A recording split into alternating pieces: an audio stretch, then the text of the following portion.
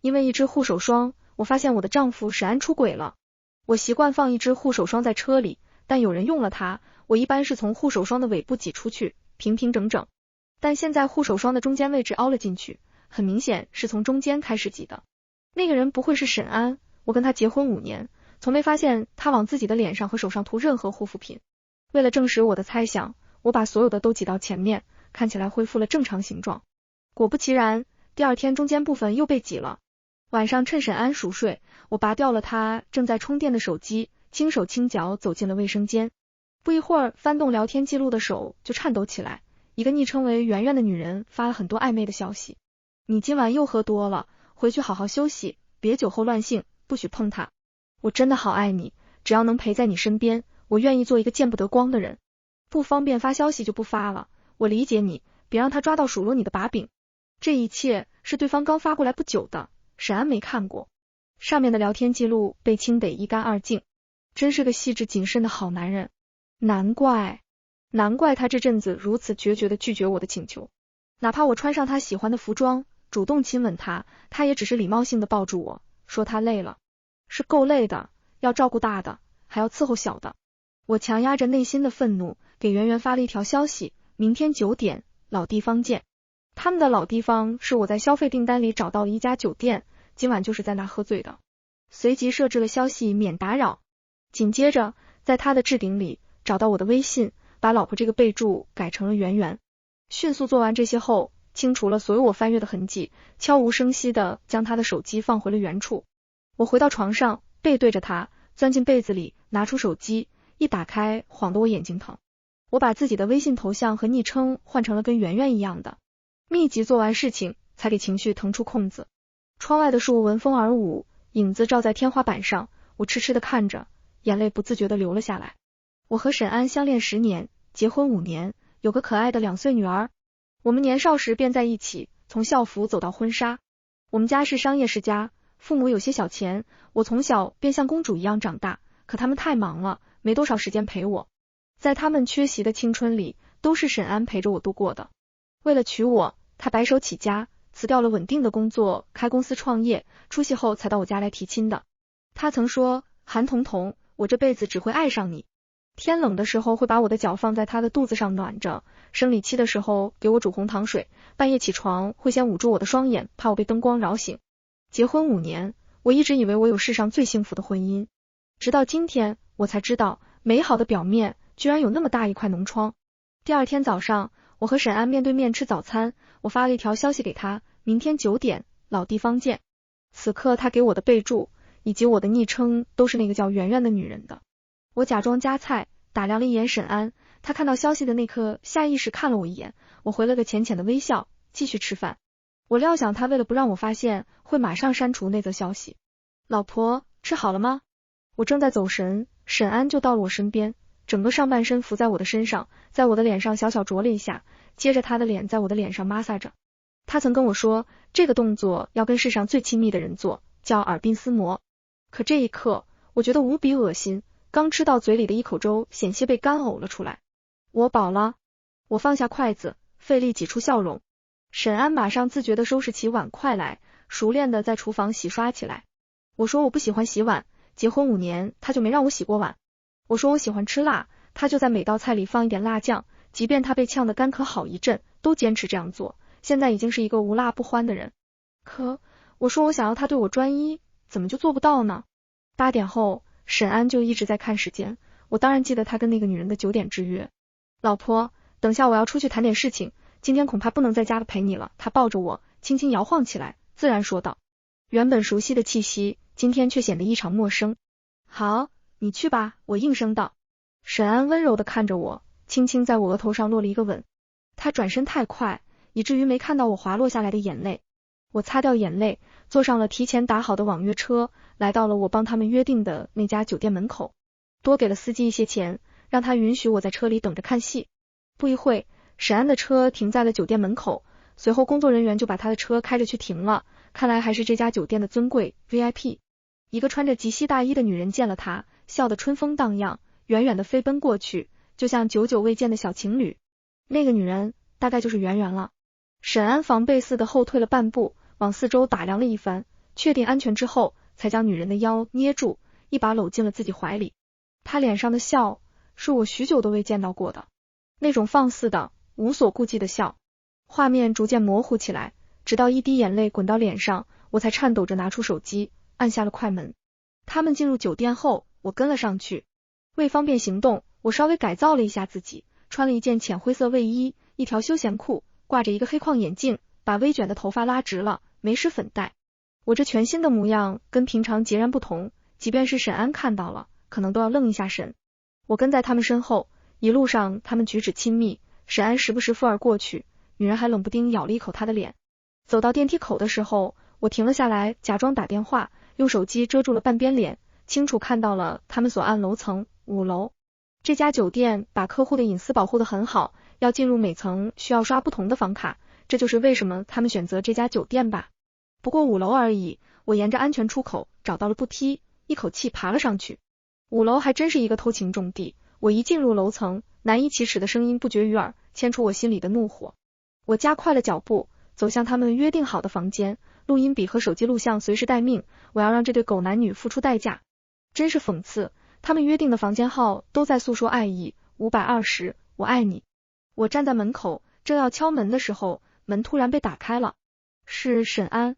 他看着我的眼神一点都不意外，反而自然地揽过我的肩膀，把我带进了房间。我一抬头，有3个人齐刷刷看向我，其中1人便是圆圆，另外2个我之前也见过，是沈安公司的员工。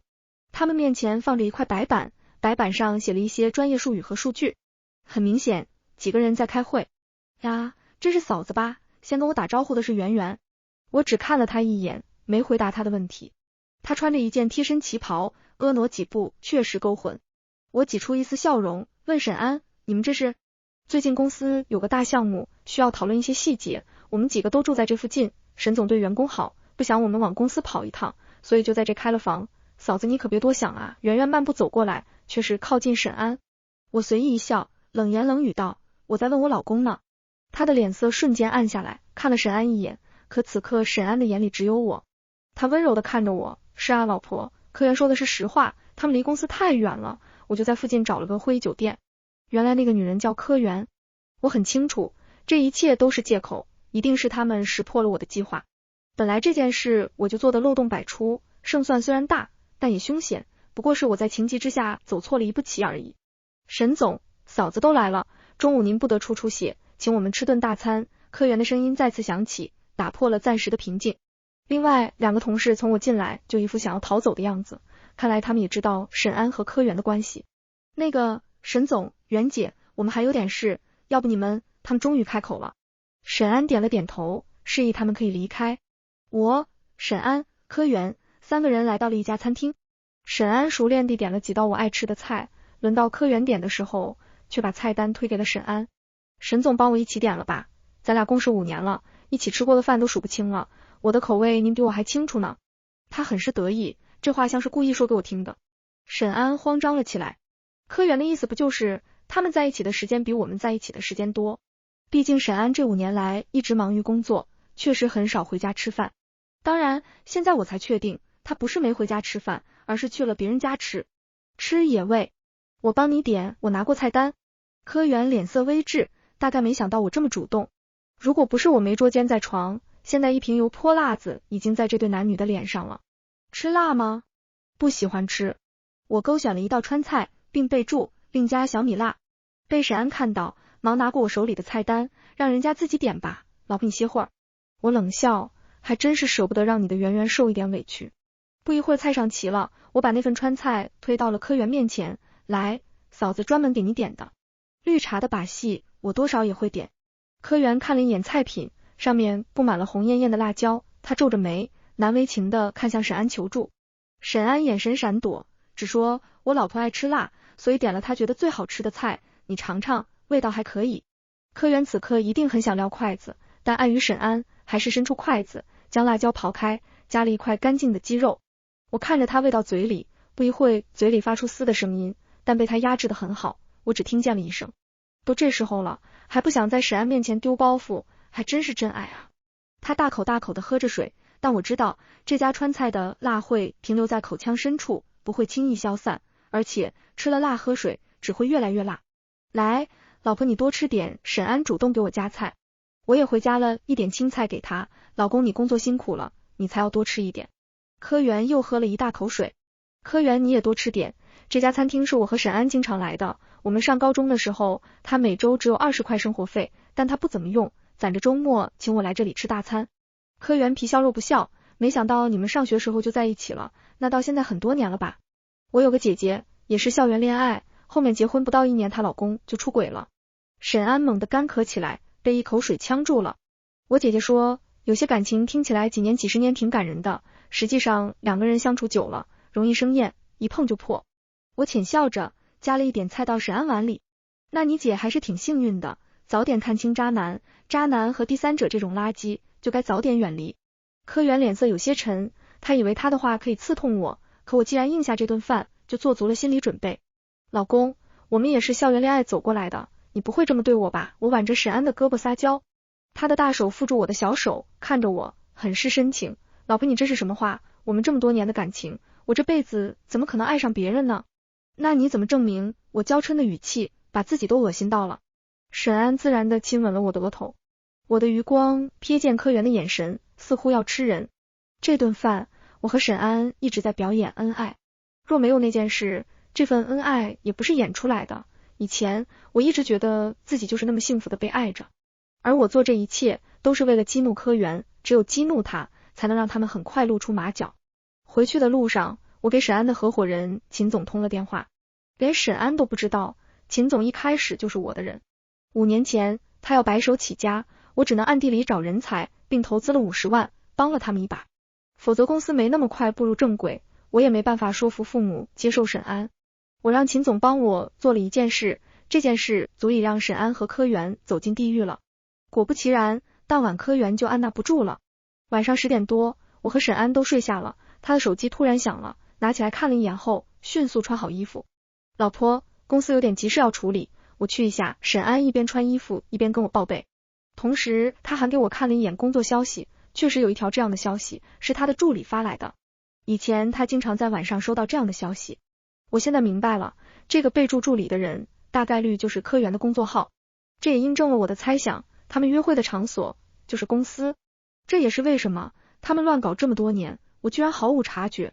看来我让秦总做的事情做对了。我点了点头，像往常一样嘱咐他开车慢点。等他走后，我从被窝里坐起来，打开手机软件。很好，已经连接到了沈安的办公室。老秦办事还是靠谱，整间办公室都可以看到。科员就坐在沈安的椅子上，手上拿着手机，不停在发消息。他在等沈安。10几分钟后，门被推开了。沈安一个箭步冲到科员面前，像一只发情的藏獒，抱住他，再一把搂住他前面2块若隐若现的白豆腐。圆圆，我好想你。我的心脏跳得比沈安还快，但我是愤怒，他是欲望烧身。原本我以为在这场关系里，科员才是主导，是他主动贴上来，沈安把持不住才如此的。可刚才那一幕，分明就是沈安主导，是他如此急切地拥别人入怀。他是彻底变了。科员欲擒故纵，轻轻推开沈安，你跟他夫妻情深，感情那么好，我算什么？沈安不管不顾，抱住女人，我们在一起，别提他好吗？我对他好是因为他是孩子妈妈，今天他说的那些事都已经过去了，现在我只爱你，只想要你。听到这话，笑颜在科员脸上舒展开来。我也好想你，本来都躺下准备睡了，可一闭眼都是你趴在我身上的样子，我好想要你，不停要你。科员一边亲吻沈安，一边表达自己的欲望。我好感动，这么晚了你肯丢下他就来找我，等下好好奖励你。科员的声音又腻又嗲，看得出来沈安的骨头都酥了。接着我便听不见任何声音，只感觉大脑在嗡嗡作响，难以呼吸。我将手机扣了下去，已经没有勇气看下去。那就是跟我有10几年感情的男人，对我的所有好难道都是装的吗？这一切是从什么时候开始的？我好害怕，害怕这场梦很早之前就开始了。科员是5年前进入公司的，如果他们那时候就勾搭了，那我的婚姻就是一个笑话。我只隐约听见沈安说，我们别在这，进去。在打开手机的时候，办公室已经空无一人。这是怎么回事？难道办公室里还有秘密？我恨不得马上撕了沈安，可现在必须冷静，他这样对我，我一定要他付出代价。看了那些画面，我躺在床上翻来覆去睡不着，过往的蛛丝马迹被我一点点织成了一张大网。此时我收到了一条消息，看着那些文字，眼眶逐渐疼痛起来。前些天我找人调查他们，现在调查结果出来了，原来他那么早就背叛我了。我深呼吸一口，努力保持镇静，试图理清这件事。他是从婚后1年开始频繁给我请假的，总是会在回家后又去公司，而且他每次半夜回来都会表现得非常想我，并用他的身体征服我。想到这，我的胃里忍不住翻涌，连忙去洗手间垫了一张卫生巾。但今天并不是我的生理期。很快我就听到外面有浅浅的脚步声，沈安钻进洗手间，快速洗了个澡，换上睡衣，躺在了我旁边。他从后背抱住我，习惯性将手放到我的前胸。我想到这双手在前一秒也放在了柯源身上，下意识给他挪开了。可这个动作让他知道我还没睡着。怎么啦，老婆？他再次环住我，下巴不停在我的后背磨蹭。我好想你，好想抱你，亲你，老婆。说话间，他已经翻身到我身上，不停亲吻我的脖子，一边呢喃，谢谢你这么晚还在等我，我爱你。我一直反胃，他的嘴唇猛然落在我的唇齿间，我没给他任何继续一步的机会，决绝地推开他。我生理期。他突然愣住，啊，不对啊，时间还没到，怎么提前了1周？你说他不爱我吧，他连我生理期的日子都记得，说他爱我吧，他出轨，可能最近压力大了一些，提前了。我只是不想让他碰我。他蒙住我的眼睛，开了灯。这么多年，他的习惯还是没变，开灯之前先蒙住我的眼睛，怕我被突然的灯光刺到。一如往常，不一会儿他就端来了一碗热气腾腾的红糖水，还带了我常用的用来暖肚子的暖宝宝。老婆乖，趁热喝了。他将红糖水递到我面前，眼神诚挚。可我不会忘记，上一秒他在另外的地方，如此渴望的与另一个女人发生关系。我一口闷了那碗红糖水，以身体不舒服为由，先睡下了。那晚我一夜没合眼。我把我们之间的回忆从15年前一直理到现在，就像放电影一般。眼泪干了又流，流了又干，伴随着滴答滴答的时钟声，我在快天亮的时候小睡了一会儿。醒来的时候头痛欲裂。今天沈安会去隔壁城市出差，不在公司，我倒要看看他的办公室有什么秘密。在秦总的掩护下，我秘密进入了办公室，来这里的事情不想被员工们知道。听秦总说，沈安的办公室员工是禁止入内的，只有他和特助可以进去。他口中的特助就是柯源，我试图从秦总口中知道点什么，但发现是徒劳。他的心思都在工作上，即便员工们之间有些流言，他也是绝对相信沈安的，每一次都会压制流言。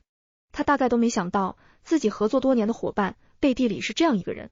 沈安的办公室是我亲自布置的，临江，落地窗，视野很好，还千挑万选了一把办公椅，没想到成为了他们的战斗椅。我环顾了整间房，他们昨晚就那么凭空消失了，这不太可能，那就只能消失在这间房里。我循着墙壁一直摸索，电脑桌下、书柜里摸了个遍，都没发现什么不同寻常的地方。整个办公室只有抽屉打不开，里面可能有一些公司重要的文件，被沈安锁起来了。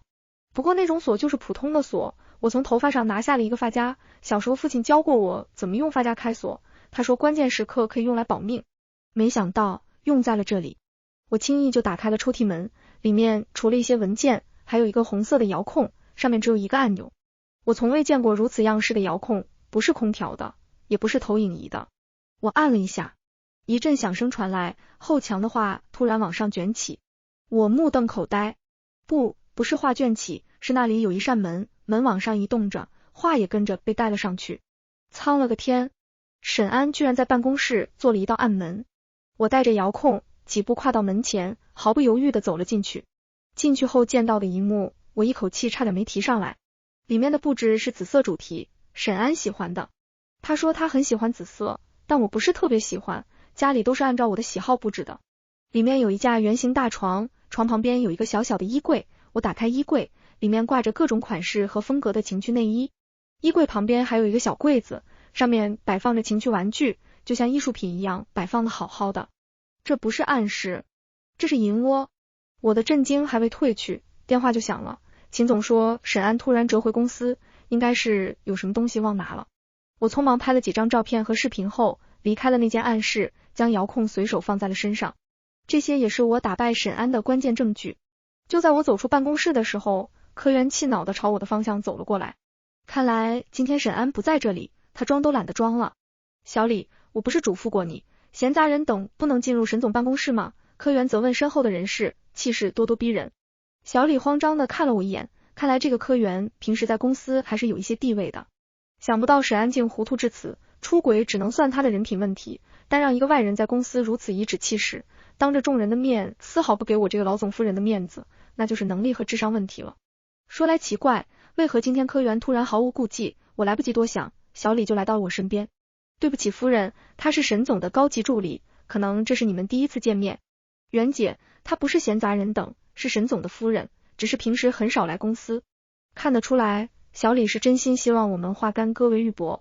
奈何我和科员并不是第一次见面，此刻我的脑海里满是那件暗示的布局，播放着她和我的丈夫滚在一起的样子。想来她如今敢这样冲撞我，也是借了沈安的事。我知道，柯小姐嘛，我们见过的，但我隐约记得，上一次我们聊得很是投机。想不到柯小姐在职场上这么雷厉风行，我依旧带着笑容，尽量不失风度。科员走近一步，我定步未动。公司有眼力见的人士驱散了围观的职员，让他们回到各自的工作岗位做事。不好意思啊姐，职责在身，我们沈总走之前特意交代过，他的办公室谁都不能进，藏着那么多龌龊的秘密，当然不敢让别人看到。那你们沈总有没有告诉过你，这家公司我占有？啊，我的话还没说完，科员就惨叫一声，倒在了地上。只见沈安飞快冲了过来，下意识扶住了科员。原来如此，我说怎么今天他这么明目张胆的跟我叫，原来是想激怒我，在沈安面前演上这么一出。随着他的一声惨叫，不敢看热闹的员工们通通汇聚了过来，宁可丢了工作也要看这出戏。看来沈安和科员的事情大家多少都知道，人事见大事不妙，让员工们提前下班了，大家想吃瓜也不敢逗留。可惜我这些年只来过几次公司，公司里的很多人甚至不认识我，这才被这两人蒙在鼓里那么多年。沈总，你快跟嫂子说，是他误会了我们的关系。科员哭得梨花带雨，刚才那双凌厉的眼睛突然变得楚楚动人，演技实在动人。我只面无表情地看着沈安，他眼神闪躲，转头扶起了科员。他刚走上前，我便一巴掌甩到了他脸上，啪的一声，清脆响亮。科员睁大双眼，走上前正欲开口，我又一巴掌甩到了他脸上。韩彤彤，你疯了！未等科员发作，沈安先怒斥我。跟他在一起之后，他都是一副温和体贴的好男人模样，我还没见过他冲我这样大喊的凶神恶煞样，对吗？这样的沈安才是原本的沈安，一个敢在我眼皮底下找女人的沈安，一个敢在办公室装上密室偷吃的沈安，一个骗我4、5年的沈安。科员捂着脸，强忍着怒火，这一刻他应该等了很久，看到沈安对我如此，他自然是满意的。但此时此刻，沈安如何对我已经不再重要。疯了的是你吧？我拿出暗示的遥控，用尽全身力气摔到沈安头上。15年前的沈安已经死了，从你背叛我的那一刻开始，你就不是沈安了。离婚协议书我已经让律师写好了，如果你还有一点良知的话，就尽快在上面签字。看着鲜血缓缓冒出来，我终于觉得舒畅一些了。你等等，我正要离开这个肮脏的地方，科员却在身后叫住了我。我顿下了脚步，回头，怎么还想挨一巴掌？科员冷笑，眼里的得意完全外露。看来我们的事情你都知道了，我们的秘密基地你也看过了，怎么样，比你家好看吧？我只是沉默。你都不好奇吗？不好奇我们是什么时候在一起的？我不是不好奇，我是已经查得一清二楚，是真相，让我铁了心尽快远离这个男人。你够了！沈安大声呵斥科员，不似之前那般温柔待他，竟捏住他的胳膊，你给我滚，我和他之间的事还轮不到你说3道4。科员错愕地看着沈安，你说什么？你不需要装了，他什么都知道了，这不是你一直想要的结果吗？你不是一直都想跟我在一起吗？闭嘴！我说了，这是我们夫妻之间的事，你马上离开这里。啪的一巴掌，科员打在了沈安脸上，2个血红的巴掌，还挺对称。看到这狗咬狗的局面，我只觉得有些好笑，什么也没说便离开了。语音里，科员不停谩骂沈安，沈安只直勾勾看着我离开的方向，一语未发。科员不会知道，像沈安这样的男人，一向是利益为先的。自我发现沈安出轨，我就在找人调查这件事，也是昨晚才得知，他和科员在我们结婚之前就勾搭在一起了。沈安之所以跟我结婚，是看中我的娘家的财力，确实，若不是我，他这几年无法经营起来这么一家公司。我娘家财力雄厚，他沾了不少光，房子是我爸妈给买的，还全款送了我们一辆车，甚至我没要他们家一分钱彩礼。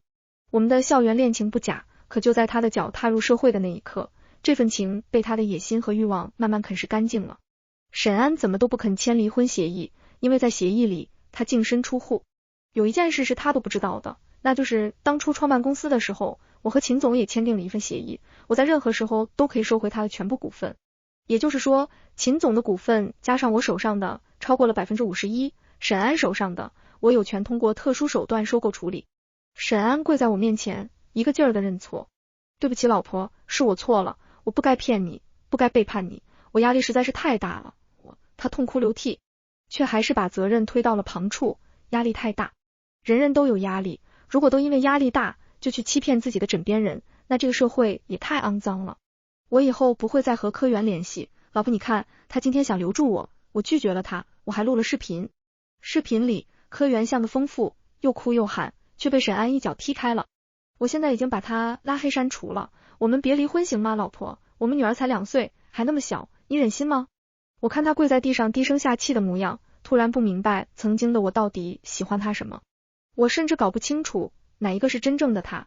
我们好聚好散，签字吧，女儿我会好好照顾的。沈安，我爱了你15年，可你有5年都在骗我，在2个女人之间周旋一定很累吧？我跟他只是玩玩而已，你知道的，男人的性和爱是分开的，我的心全部都在你身上。沈安不断狡辩。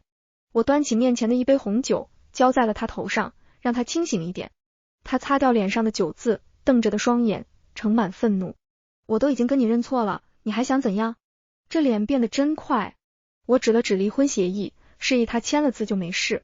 可你凭什么拿走公司？公司是我5年的心血，你就躺在家里享清福，你凭什么？凭什么？我拉开包的拉链，倒出一堆凭据。凭什么？好，我来告诉你。秦总当初带过来的50万是我的嫁妆，为了保护你可怜的自尊心，没告诉你，现在看来一文不值。这一堆是我为了生女儿住院的单子，我生她的时候大出血，差点没命，可你没到场，和柯源在一起。这些是你父母这些年生病住院的凭据，他们每一次生病都是我在照顾，你这个做儿子的尽过一天责任吗？这些年家里的大小事你管过一件吗？我给你机会打拼你的事业，不是因为我需要钱，是你需要，你需要钱来获得自尊，你只有赚到钱的时候，你才不会自卑。我讨厌你自卑的样子，总觉得全世界都亏欠你，觉得大家都看不起你，其实只有你自己看不起你自己。我把那些凭据拿出来，一张一张数着，既是对他的控诉，也是我自己的情绪宣泄。沈安终于沉默了，之前那些浮于表面的认错悔过，只不过是为了让我回头保住他的婚姻和财产。他冷笑起来，那你知道我最讨厌什么吗？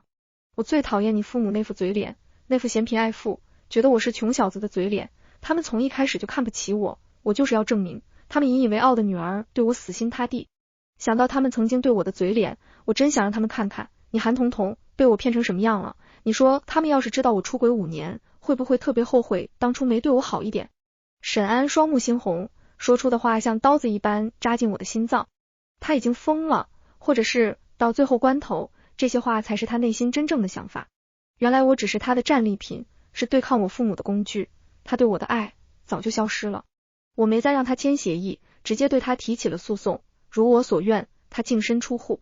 我卖了之前我们住的房子，带着女儿回了娘家，很快又买了一套新的，就在我爸妈家对门。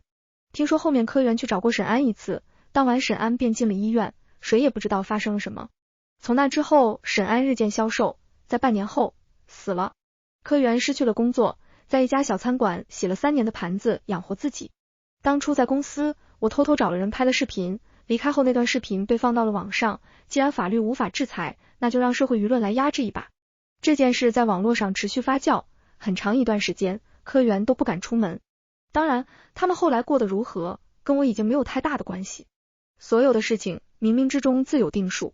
今天吃到的果，不过是昨天种下的因而已。这个故事到这里就结束了，感谢您的收看。如果您喜欢这个视频，就给我点赞订阅一下吧。